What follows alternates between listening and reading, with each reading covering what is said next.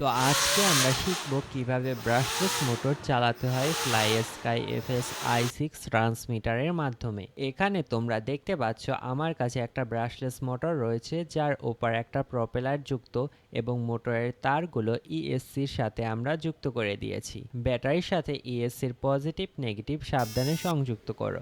যুক্ত করার সাথে সাথে আমাদের মোটরটা একটা সিগন্যাল দেবে পাওয়ার অনের। এবার ট্রান্সমিটার অন করতে হবে। ট্রান্সমিটারের সুইচটা উপরের দিকে উঠিয়ে ট্রান্সমিটার আমরা অন করি। এবার ইএসএর সিগন্যাল ওয়্যারটা 3 নাম্বার চ্যানেল বা থ্রটল চ্যানেলে আমরা সংযুক্ত করি। আমরা দেখতে পাচ্ছি আমাদের মোটরটা কিন্তু রান করার জন্য একদম তৈরি।